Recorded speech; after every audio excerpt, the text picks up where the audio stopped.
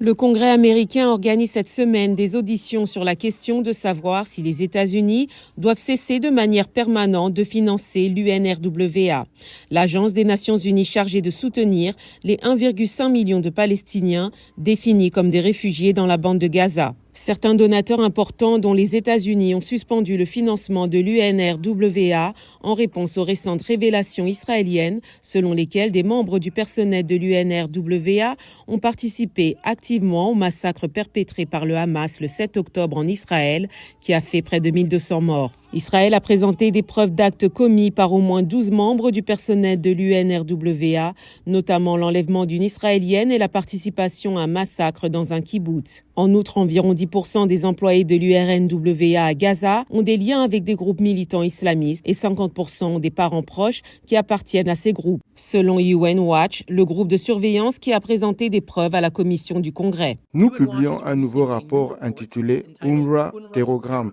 dans lequel nous exposons un groupe de discussion Telegram de 3000 enseignants de l'UNRWA à Gaza. Le but de ce groupe est d'échanger des informations pour les enseignants de l'UNRWA.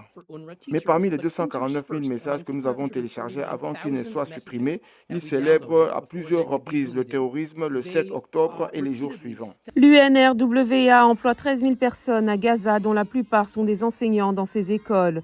En réponse aux allégations israéliennes, l'agence dit qu'elle a licencié 9 personnes et qu'elle continuera à enquêter. Mais certains analystes israéliens estiment que le problème va bien au-delà de la crise actuelle. Ils affirment que l'UNRWA a perpétué le statut de réfugiés politiques des Palestiniens au lieu de les classer comme des réfugiés d'autres conflits. L'UNRWA a commencé comme une agence temporaire avec de bonnes intentions pour réinstaller les réfugiés arabes de la guerre de 47, 48, 49. Des dizaines de millions de réfugiés ont été installés à l'époque. Aucun d'entre eux, ni leurs centaines de millions de descendants, ne sont appelés réfugiés aujourd'hui.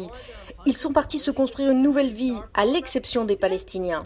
Le secrétaire d'État américain Anthony Blinken a déclaré que les preuves israéliennes contre l'UNRWA sont, je cite, très crédibles, mais il a également souligné que l'UNRWA joue un rôle crucial dans la distribution de l'aide nécessaire à Gaza. Les responsables palestiniens estiment que la suppression du financement de l'UNRWA constituerait une punition collective et aggraverait la situation humanitaire difficile qui prévaut à Gaza du fait de la guerre. Cette mesure prise simultanément pendant la guerre à Gaza envoie un mauvais message. Il y a une guerre contre le peuple palestinien. Cette décision est incorrecte et doit être arrêtée immédiatement.